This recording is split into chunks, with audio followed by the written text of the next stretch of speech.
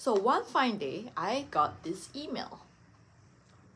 It's basically for me to sign up for the Global MBA. Guess what? I already graduated as valedictorian.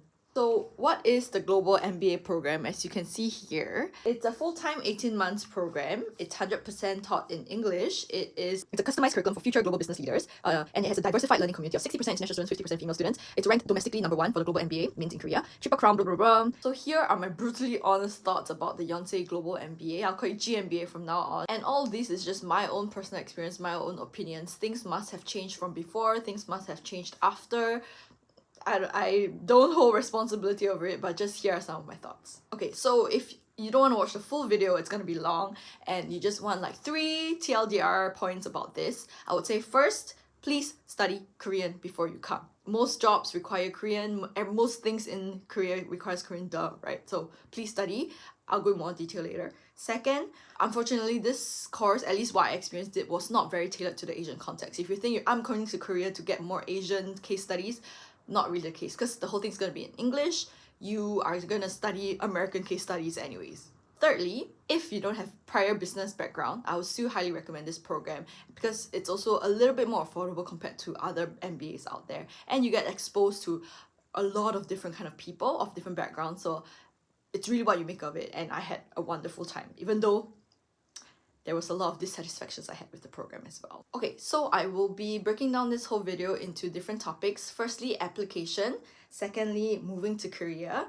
Thirdly, courses and professors. Fourth, scholarship. Fifth, student life. And sixth, career prospects. For application, I think every year might be different, but for my year I had to write like maybe 5 to 6 essays of around 300-400 words each, and you got to get 2 recommendation letters. So typical. But you know what the hardest part? The hardest part is really getting all the apostille proof documents. Basically, let's say I have my school transcript. I need to bring the official record to the lawyer for them to like prove it and like put some stamp on it, pay like what, $100, and then get it like certified true copy. And the worst part is that, let's say you're coming from a foreign country that does not have English as your first language. Haha, you pay more for certified true copy translations. For me, thankfully being from Singapore, most of my documents didn't need that, but my birth certificate was in Malay because I'm born in Malaysia, so I had to get that done. And doing that while working a full-time job was just such a pain because things don't work on weekends, so I had to like squeeze in like 8:30 a.m, go to the lawyer's office, get everything done, get to work by 9 a.m. It was horrible. I don't know how other people did it, but I was not sleeping properly. And honestly, because I thought everything was going to be online, I didn't expect everything to be all like via mail. I was a bit disappointed. I was like, oh, what kind of program is this that's like not even online? And the worst part is you got to mail these copies physically to the Korea. So I had like DHL Express it. I'm like, it costs so much money. Overall, my application costs so much money. I'm gonna put the amount here, but yeah, please take note of that. The application's not easy. But then after that, you get email whether you get like the interview, and the interview is like a group Zoom interview, pretty chill. They ask like basic questions, like introduce yourself, etc. Every year changes, but my year it was the case. And then later on, a few months later, they give you your admission letter. Just want to take note that for scholarships, you actually won't get much scholarship at first, but the better you do, the more scholarship you'll get. More on that later. And secondly, we talk about moving to Korea. The moment you get in and you accept your offer, they'll give you documents that you bring to your local embassy, and at your local embassy, you will then apply for your visa. In Singapore, it was quite easy for me to get my visa. It was like approved within a few days. When you reach Korea, it's not over yet. You still need to apply for your residence card. With this residence card, you then get your proper phone number that's linked to basically your identities. So anything online, you need your ARC. Maybe because we applied during the peak period, which is like every start of the semester, it took so long. It took 1 to 2 months to come. So it was 1 to 2 months of not being able to order anything online, not being able to like, you basically feel like a tourist for the first 1 to 2 months because you can't do much. Third is the chunk of it, which is what are the courses like, what are the professors like, and oh boy, I have it all prepared. There are 3 semesters in the whole course, and it starts from like August to December, March to June, and August to December. This is what my schedule looked like in semester 1. This is how my schedule looked in semester 2. And this is how my schedule looked in semester 3. Very different, right? And it's really just up to your planning, but I'm just going to give you some advice as I go through it. So first 2 semesters, you have compulsory courses or base courses, like basic business courses like business strategy, marketing management, statistics, financial accounting, economic analysis, IT for value creation, semester 1. Semester 2, organizational behavior, financial management, business ethics, supply chain and operations management, management science, global business environment. Throughout, you have to take Korean language classes, and you're exempt from the Korean class if you have topic 6. I came in at topic 5, so I took the first 2 semesters. I got topic 6, and then so I got exempted in the last semester. Conversely, if you are a Korean speaker, if you're Korean, you have to take English classes unless you have a certain TOEIC or IELTS score above something. Yeah. So I think the base courses do their job really well, mostly really well, in just giving you the base of what a business course is. As someone who wasn't a business major, it was very, very helpful. But I'm just wondering, like, it feels so basic, like, especially when I'm doing financial accounting, the basics of financial accounting, beside a friend who's like a CFA or a CPA. I'm just like, isn't it a waste of their time? So out of all the base courses, I would say that financial accounting and financial management really opened my eyes, because these are something so different from a liberal arts major like myself. Business ethics, very interesting. I never thought that, like, their business could be ethical, but at least they try. Organizational behavior was also very interesting, because basically it's slightly like HR focused, like how do you ensure good morale in the company, how do you ensure like hiring practices, how you should promote someone, should you not promote someone. In my idea of business, I always forget that actually people are the most important, and this course in particular is very like psychological, so that's very enjoyable. Everything else, meh. So you would think, the value add comes in the electives, and I have to sadly say the electives choices are not amazing. There were a lot of things listed on the website that made me go, but it really just depends on the professor.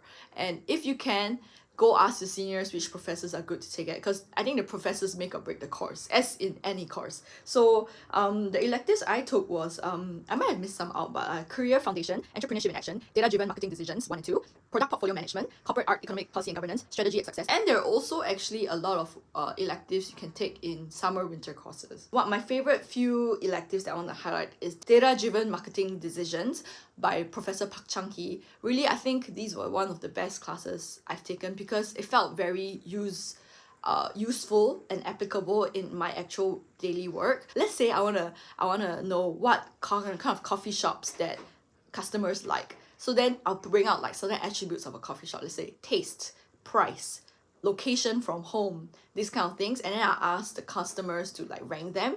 After I get different profiles, I'm like, this kind of profile likes this kind of coffee shops, this kind of people like this kind of coffee shops.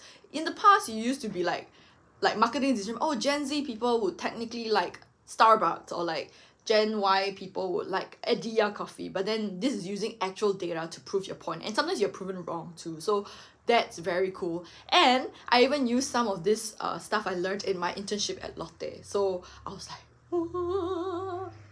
amazing. Other than base courses and electives that you take in a regular semester, you can also take summer and winter courses, and that's for like more electives, just basically to get more credits. Usually the summer and winter courses are 3 hours for 4 days a week for 2 weeks, or like 8 hours on a Saturday and 3 hours on a Wednesday, something like that. If you think a course looks interesting, just take it ASAP. Don't wait till the last semester to fill up all your credits. So I had some friends who were like, I'll take 45 credits each semester, but what you realize is that by the last semester, there are not many electives offered. Semester 3 is when semester 1 freshies come in, so there are not many electives as a senior that you can choose from. So you'll be like, I need to like take maybe another winter course to fill up my credits. So I would say earlier in semester 1 or 2, if there are electives that you find interesting and you have the time during summer, during winter, just go all out, so that at least in the last semester you can focus on finding a job. Last semester you can focus on whatever you want to do, and yeah, you realize that your friends don't really go to class that much anymore. more in the last semester. So there's also like other programs you can take to earn credits, like the Jeju program or the global study tour. I would just say I didn't do any of those because they required extra money, like you have to pay for your air ticket, you have to pay for things there, and I'm just like, why am I paying for extra credit? But what I did go for is this new program called CKJ, China, Korea, Japan, and it's basically a like an exchange program between Tsinghua University from China, Keio University from Japan, and Yonsei University from Korea will come together at a host university. In my year, we went to Keio University in Japan, and it was amazing. I really felt like I was being exposed to the Asian context. Like I would say Asian is still a very monolith way of saying, but I think I was exposed to, in particularly like Japanese ways, Japanese family businesses, and how differently they operate from what we usually learn in like business strategy. Like you want to expand, you want to earn profits, you want to maximize. But in the Japanese family business model, it's like, how do I sustain? How do I go for long? How can I pass down this business to my future kids? And just this difference in thinking really made me think, wow, this program is amazing, and I wish more people could do it. But yeah, I highly recommend you to apply if you can. Also, in your last semester, if you get an internship, then it will give you 3 credits, and yeah, basically you're earning credits through your internship. You just need to write a report at the end. In my very last semester, I did Strategy and Success in Korean by Professor Lee Hoke, and it was a challenge because I was like presenting in Korean for the first time, listening to everything in Korean for the first time, but I felt like it really pushed me to improve, because instead of going for Korean class, I thought a Korean business class was to be a good challenge, and it truly was. So to round out this fatty chunk of this video, the courses and professors mostly quite solid, but this really felt like undergraduate business course. I don't know what made it really, I can't really tell what makes it an MBA. I know for the corporate and financial MBA students, who are mostly like corporate Koreans doing part-time, they could specialize in a stream like finance or like, I can't remember, or marketing. But for us, we didn't have enough electives for us to specialize. But also we're a group of 50 students, so it's not many of us. Yeah, but definitely you can just choose what you want. I think I definitely chose a bit more data-driven courses and financial-driven courses. Yeah, and finally, I think because the course was in English, you will always still just get very American, Europe, or a bit Western focused content. Like even if there's like a Harvard Business Review case study on K-pop, it's not going to be as deep as, let's say, in content in Korean. But I also don't think I think that's just the nature of MBA. I would say it's a very Western concept even now. So ultimately, like the official case studies you're gonna get is gonna be in that context. And next, we talk about scholarship. Some people will be given scholarships at the first semester, some people won't, and it really goes semester by semester. So for my batch, it was 15 million won, or around like 15,000 Singapore dollars a month, and I got around 20%, so like I think they paid 3 million won in the first semester. I was kind of like pissed, like, I thought I deserved better than 20%, but apparently that's one of the highest. And after that, they gave you more. So in semester 2, I got 70%, which I heard is the highest, so they around 10 million. It's really based on your GPA. So like, let's say you get like 0.1 lower, and then it might be like 65%, and it just goes down there. And so I got that for semester 3 as well. So I would just say that if you do well for you will get a scholarship. The next topic, which is student life. So really 60% international students and like half male female. So being 27, I thought I was going with the younger ones, but not really. I think I'm actually quite like middle or even older end for some people. But really, diversity is amazing, and I just feel like I'm learning so much from so many different people all the time. I do wish that the classes could really dig the brains of students more. But I don't think many classes really make use of the fact that their student body is so diverse. You know what I mean? Like they don't be like, oh, how do they do it in Singapore? How do they do it in Mexico? How do they do it in Spain? How do they do it in Russia, you know? But beyond our own demographic, I would say that overall school life is amazing. So if you just look at the Yonsei side of things, there's like Yonsei Korean University's Akaraka, all the school festivals. You really feel like you're in like a Korean drama when you go for school festivals, and there's always a pop-up happening like every week. And on the MBA side of things, we only have around like 50 to 70 global MBA students, but we often combine with the corporate MBA and the finance MBA students, which are mostly older Korean corporate part-time students, to form one MBA. And that's where you have like all your co-curriculars like running, wine appreciation, leisure sports, tennis, baseball, etc. And I would say that it's a bit tough getting into it at first because it's very Korean based in the sense that they mostly speak Korean first, but I think a lot of groups are starting to be more foreigner English friendly, so it's good. And I say once you just throw yourself in it, your efforts will pay off, because I think they really appreciate when they see especially foreigners trying to like fit in and attend events. Any enthusiastic event attender is always appreciated as well. And it's usually hard for like master students to take part in a lot of activities held by the Yonsei undergraduate school, so one MBA is a very good option to like really feel. Obviously network is one thing, but just like get to know more people, get to know the locals, and like do stuff. I was in Poseidon, the leisure sports team, and it was so fun. It was only through Poseidon I could try like glamping, paragliding, going to Tanyang, like surfing in Jeju-do. Like these kind of things I wouldn't really plan by myself, but they would plan it. I just pay money and I go, so it's good. And finally, we talk about career prospects, which I will tell you now, there's none.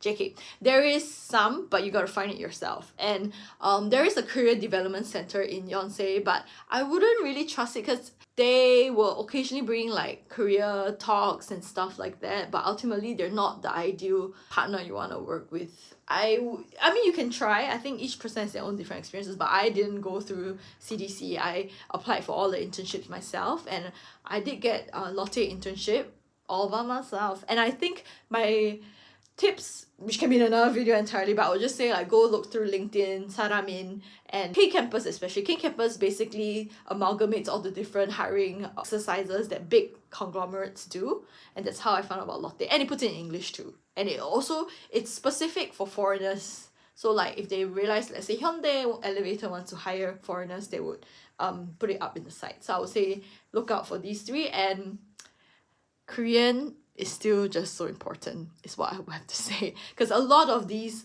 places, they want you to have at least topic level 4. Yeah, I had topic level 5, and then I got topic level 6 later. And I have to be very honest, for like the really big companies, they really just look whether you have level 6 or not. So I can say this confidently because I applied for Hyundai Elevator in 2023 and 2024 winter. And in 2023, I had level 5, topic level 5. I did not even get an interview, okay? And with the same application, I applied again in 2024 with a level 6 certificate with the exact same answers to the essays and the same like CV, in similar-ish CV, and I got the interview. Why? Because I got TOEFIC level 6. That's how competitive it is, even amongst like for Korean-speaking foreigners. So unless you have a really special edge, or like the industry you were in before is very aligned with the industry in Korea that's quite niche, then unless you have that, then please study Korean before coming to Korea. If not, finding a job will be very hard, no matter how talented you are. So, I decided to come out because how beautiful is the weather.